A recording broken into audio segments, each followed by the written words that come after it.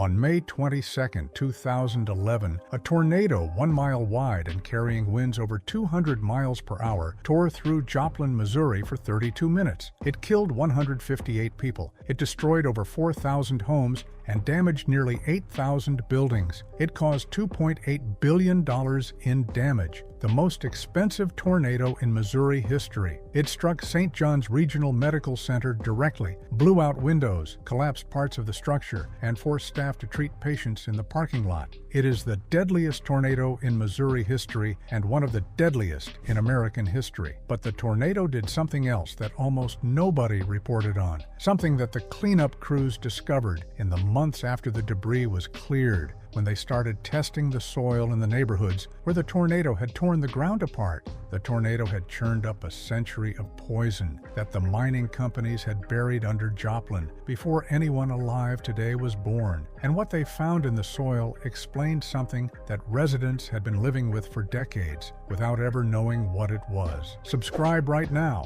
Hit the button and the bell. Before Joplin was a tornado story, it was a mining story. And before it was a mining story, it was something more specific than that. Joplin sat at the center of the Tri-State Mining District, one of the most productive lead and zinc mining operations in the history of the world. The district covered the corner where Missouri, Kansas, and Oklahoma meet, and from the 1850s through the early 1970s, it produced more lead and zinc than almost any other place on Earth. The district overall produced an estimated 23 million tons of zinc concentrates and 4 million tons of lead concentrates over its lifetime. At its peak in the 1920s, the mines employed over 14,000 workers in the Joplin area alone. An interurban trolley system ran from Joplin all the way to Carthage, Missouri, carrying workers to and from the shafts every day. More than 50% of all the lead and zinc consumed by the United States during World War I came from this one district, from the ground beneath this one corner of the map. The ore was worth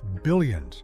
Joplin became one of the wealthiest cities in Missouri during the boom years. The money built mansions, commercial districts, and a civic identity built on extraction, on being the place the world came to for the metals that built its infrastructure and won its wars. And when the ore ran out and the companies left, they left two things behind. The wealth left, the poison stayed. The mining companies processed their ore using a system that produced mountains of waste. After the lead and zinc were extracted, the leftover rock and a toxic mixture of chert fragments saturated with cadmium, lead, and zinc was piled near the mines and mills. These piles were called chat, not a technical name, just the word workers used for the gritty, gravel-like material that accumulated in mountains around every operation in the district. By the time the last Missouri mines closed in 1957, over 10,000 acres of chat piles and contaminated land covered Jasper and Newton counties. The chat piles in some areas reached stories high. They were scattered through the landscape, in fields, along roadsides, inside city limits. Children played on them. Adults used the material for cheap fill and gravel because it was everywhere and it was free. That last part is where the story turns. In the early 1900s, when Joplin was at its mining peak and housing was being built as fast as workers arrived, the chat was used as foundation fill. Miners hauled it home from work. Builders used it under houses because it was cheaper than clean fill. The city grew on top of a century of lead and zinc waste that had been distributed through the residential landscape before anyone understood what it was doing to the people who lived above it. The Superfund designation covers 646 square miles of the Joplin area, one of the largest Superfund sites in the United States by geographic extent. EPA cleanup in Jasper County removed contaminated soil from over 2,600 residential properties by 2002. Water main improvements connecting over 500 homes to public water supplies were completed in 2007. Over 6 square miles of milling waste were remediated by 2012. The total cleanup required installing 51 miles of new water mains and has required hundreds of millions of dollars in federal expenditure, all of it paid by taxpayers, none of it paid by the mining companies that created the contamination. The cleanup has been ongoing for decades. It is still ongoing today. Hit the like button. It tells the algorithm this story matters. 11 miles southwest of Joplin, directly connected by the same mining operation and the same trolley lines that carried workers between them, there is a town that no longer exists. Picher, Oklahoma, was the most productive single mining field in the entire tri-state district. It produced over $20 billion worth of ore between 1917 and 1947. At its peak, it housed 20,000 people across its booming streets and mine service economy. It was, by any measure of extraction, one of the most successful mining towns in American history, and it was the same companies, the same methods, and the same geology as Joplin, just across the state line. By the mid-1990s, over a third of Picher's remaining children had elevated blood lead levels from contamination that saturated the town's soil, water, and air. The chat piles, some reaching 60 meters high, towers of gray, toxic waste, visible from miles away, blew dust across the community every time the wind moved. Children swam in ponds that ran orange-red from contaminated groundwater.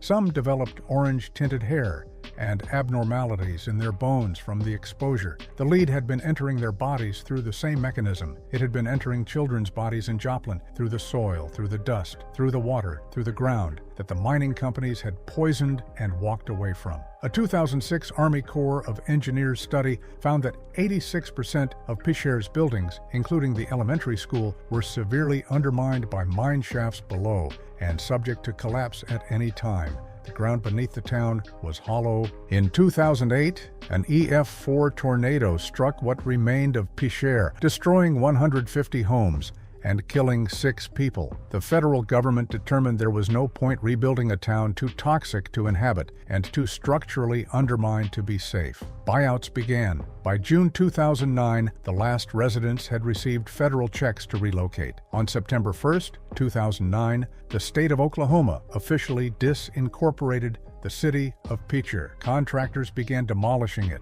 By the 2010 census, Picher had a recorded population of 20 people. The federal government paid to evacuate and erase an entire American city because the mining companies had made it uninhabitable and walked away without consequence. That is the town directly connected to Joplin by the same mining district, the same chat piles, the same companies, and the same history. The only difference between Picher and Joplin is scale, and the tornado that hit Joplin 3 years after Picher's erasure. Now return to May 22, 2011, when the tornado tore through Joplin's southern neighborhoods at over 200 miles per hour. It did not distinguish between clean soil and contaminated soil. The foundation fill that miners had used under homes a century earlier, the chat that had been sitting beneath basements and crawl spaces for generations, was churned up, mixed with demolition debris, and redistributed across the city in the tornado's wake. 3 years after the tornado, city inspectors building new homes in the tornado zone discovered that yards were contaminated 18 inches deep with lead. Properties that had been scraped clean for new construction were showing lead levels above safe limits.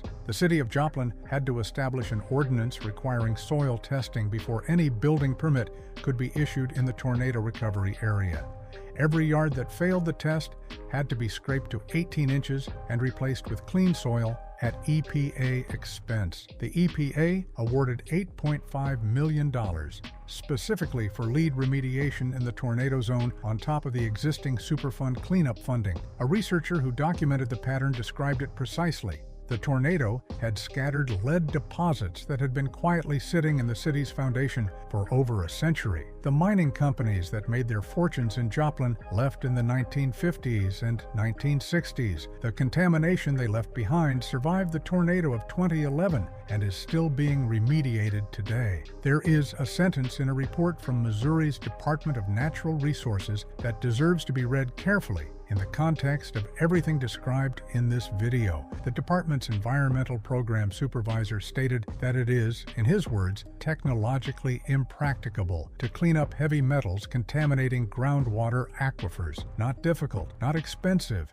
impracticable, meaning it effectively cannot be done with any current technology. The lead that entered the groundwater beneath Joplin, more striking examples of community resilience in recent American history. The city did something that most disaster-struck communities are unable to do.